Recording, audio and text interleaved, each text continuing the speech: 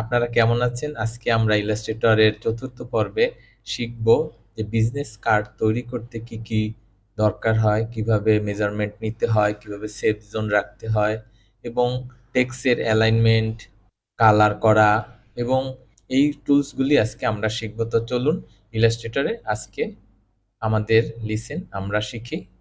প্রথমেই আমরা একটা রেক্টেঙ্গেল বক্স নিব। এখানে আমরা দেখতে পাচ্ছি ইঞ্চি আছে, আমরা এখানে 3.5 বাই 2.25 আমরা নিলাম। এটাকে আমরা স্টোক কালারে দেই।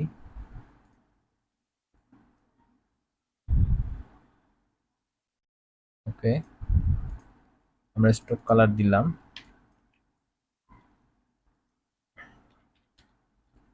এরপরে আমরা কন্ট্রোল আর দিয়ে রুলার নিয়ে আসি। রুলার কন্ট্রোল আর, এখানে ইঞ্চি আছে।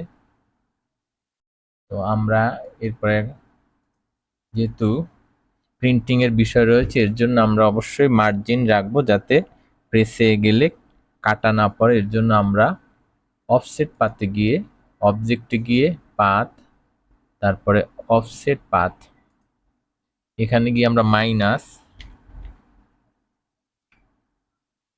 দিয়ে দেখি কতটুকু আসে। আমরা 2 দিই। আমরা -2 দিয়ে আর একটা বক্স ক্রিয়েট করলাম ভিতরের দিকে। এখন এর মধ্যে আমরা আমাদের ডিজাইন বা যে কোনো কিছু টেক্সট করব যাতে প্রেসে গেলে কাটা না পড়ে। আমরা এটাকে কন্ট্রোল 2 দিয়ে লক করে নেই। প্রথমেই আমাদের কি করতে হবে, একটা লোগো তৈরি করতে হবে। আমরা একটা লোগো তৈরি করি। মনে করি আমাদের কোম্পানির নাম হচ্ছে সি। আমরা এখানে সি লিখলাম।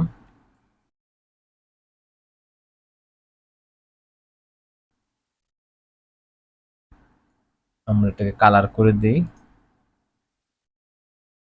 কন্ট্রোল সরি শিফট এক্স যদি দেয়া হয় তাহলে এটা ফিল কালার হয়, আবার যদি শিফট এক্স দেই তাহলে স্টোক কালার হয়। আমরা শর্টকাটগুলি মনে রাখবো। এক্স শিফট এক্স দিলাম।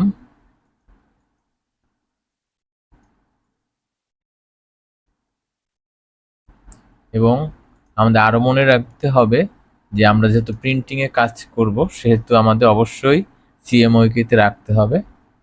অবশ্যই সিএমওইতে রাখতে হবে। আমরা লোগোটা তৈরি করে নিলাম।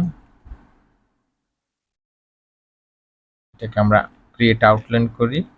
কন্ট্রোল শিফট ও, কন্ট্রোল শিফট ও, অথবা টাইপে গিয়ে ক্রিয়েট আউটলাইন করতে পারি। দেখা যাচ্ছে যে ক্রিয়েট আউটলাইন, শিফট কন্ট্রোল ও।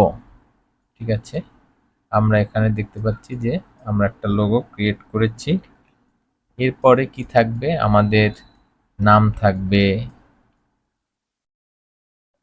যেমন টমাস স্মিথ। আমরা এখানে ফন্ট রাখবো 8 থেকে 10। আমরা 10 রাখলাম। ফন্ট 8 থেকে 10 নর্মালি হয়, এর বড় দিলে বেশি বড় হয়ে যায়, দেখতে সুন্দর লাগে না। টাইটেল ফন্ট আমরা এই গ্রাফিক ডিজাইনার,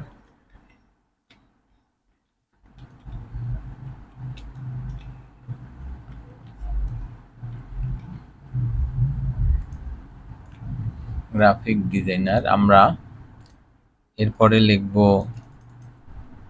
মোবাইল নাম্বার, আমরা +8802। তারপর আমরা যে কোনো আমাদের নাম্বার এখানে লিখে দেব। এরপরে ইমেল info@gmail.com। আমরা যদি কোনো কিছু লিখতে না পারি সেক্ষেত্রে আমরা গ্লিপস থেকে গ্লিপস টাইপের মধ্যে গেলে গ্লিপস রয়েছে, এই গ্লিপস থেকেও আমরা এখানে নিয়ে আসতে পারবো। দেখা যাচ্ছে যে আমরা এখানেও যে কোনো আইকন যেটা কিবোর্ডে নেই সেইটা আমরা গ্লিপস থেকে নিয়ে আসতে পারি। তো আমরা এখানে @ আমরা এখানে আনবো। তো আমাদের এই গ্লিপস থেকে আমরা এখানে ক্লিক করে @ নিয়ে আসলাম। এরপরে কি হবে, এরপর ওয়েবসাইট www.yourcompany.com। ওকে, এরপরে কি আছে, অ্যাড্রেস, হাউস, রোড, স্ট্রিট আমরা দিলাম। এখানে আমাদের সব লেফট অ্যালাইনমেন্ট আছে, কিন্তু আমরা রাইট অ্যালাইনমেন্টে যদি ক্লিক করি তাহলে সব রাইট অ্যালাইনমেন্টে হয়ে গেছে।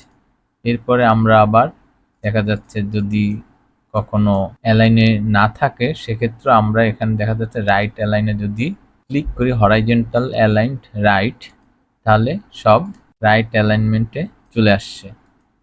এরপরে একে সুন্দর করার জন্য আমাদের আরও কি কি করতে হবে, আমরা যেমন মোবাইল নাম্বারের আইকন আনতে পারি, ইমেলের আইকন আনতে পারি, ওয়েবসাইটের আইকন আনতে পারি, অ্যাড্রেসের আইকন আনতে পারি। আমি এখানে আগেই নিয়ে এসেছিলাম। আপনারা ফ্রি পিক বা বিভিন্ন ওয়েবসাইট আছে যেখান থেকেও আপনারা ইজিলি বিভিন্ন আইকন, থিম ডাউনলোড করে আপনারা সংগ্রহে রাখবেন যাতে ডিজাইনের সময় তাড়াতাড়ি করা যায়। এখানে আমরা আইকন দেখতে পাচ্ছি। প্রথমে আমরা মোবাইল নাম্বার, তারপরে ইমেল, তারপরে ওয়েবসাইট, তারপরে অ্যাড্রেস।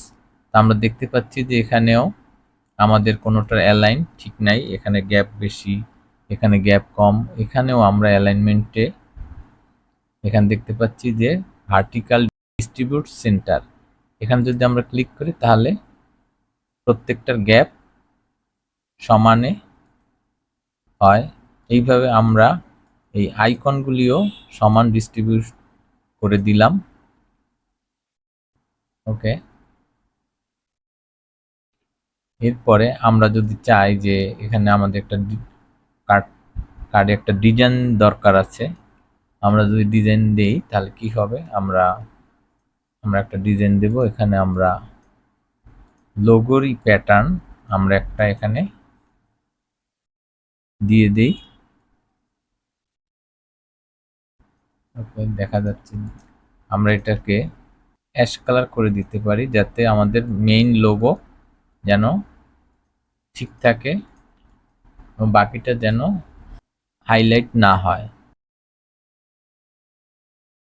আমরা এগুলিকেও 80% করে কালার দেই, লেখাকেও আমরা 80% করে কালার দেই। ওকে, আমরা এটাকে নামিয়ে দিই।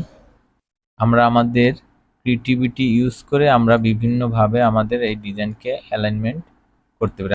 এই পাশে আইকনগুলি রয়েছে যেটা দেখতে সুন্দর লাগছে না, এখানে বড় গ্যাপ রয়ে গেছে অনেকটা। এই যে আমরা যদি রাইট সাইডে নিয়ে আসি তাহলে কি হয়, তাহলেও একটা অ্যালাইনমেন্ট ক্রিয়েট হয় যেটা দেখতে সুন্দর লাগে। এইভাবে আমাদের ক্রিয়েটিভিটিকে আমরা ব্যবহার করতে পারি। এরপরে আরও আমরা যদি চাই তাহলে কি করা যাবে, আমরা এখানে একটা স্ট্রোক দেই, এখানে আমরা একটা স্কয়ার বক্স দেই। ওকে, আমরা যদি এখন এইটার কালার, ভিতরের বক্সের কালার আমরা নাই করে দিলাম, কেটে দিলাম এবং বাইরের বক্সটা আমরা একটা কপি করলাম, কপি এবং আমরা পেস্ট দিলাম, পেস্ট ইন ফ্রন্ট। এরপরে আমরা এই যে ডিজাইন আমরা রাখবো সেই ডিজাইনকে সিলেক্ট করে আমরা ক্লিপিং মাস্ক করে দিই। তাতে কি হবে, বাড়তি অংশটা আপাতত কেটে যাচ্ছে, আছে কিন্তু দেখা যাচ্ছে না। এইভাবে আমরা আমাদের ডিজাইনকে আমরা আরো সুন্দর করতে পারি, আরো লুক্রেটিভ করতে পারি। এর জন্য আমরা ওয়েবসাইটেও বিভিন্ন সাইট থেকে আমরা রেফারেন্স দেখেও আমাদের আইডিয়াকে আরো জেনারেট করে আরো সুন্দর করতে পারি, যে আমরা কোন থিমে আমরা কাজ করব। আমরা যেহেতু এখানে গ্রাফিক্স ডিজাইনের উপর কার্ড করেছি, এর জন্য গ্রাফিক্স ডিজাইনের যেমন একটা পেন হতে পারে, একটা ব্রাশ হতে পারে, যেটা দেখে মানুষ বুঝবে যে এটা একটা ডিজাইন রিলেটেড একটা কার্ড, ডিজাইনারের কার্ড। ঠিক এইভাবে যখন আমরা যে কোনো কোম্পানির কাজ করব, সেই কোম্পানির লোগো কিংবা থিম এমন হওয়া চাই যাতে মানুষ দেখে বুঝতে পারবে এটা এই ধরনের কোম্পানির কাজ। যা হোক, আমরা এটা দেখলাম, অ্যালাইনমেন্টেরও আমরা কয়েকটা কাজ দেখলাম। আপনারা আমার পেজে লাইক, শেয়ার এবং কমেন্টস করবেন এবং আমাকে আরো উৎসাহিত করবেন। ধন্যবাদ সকলকে।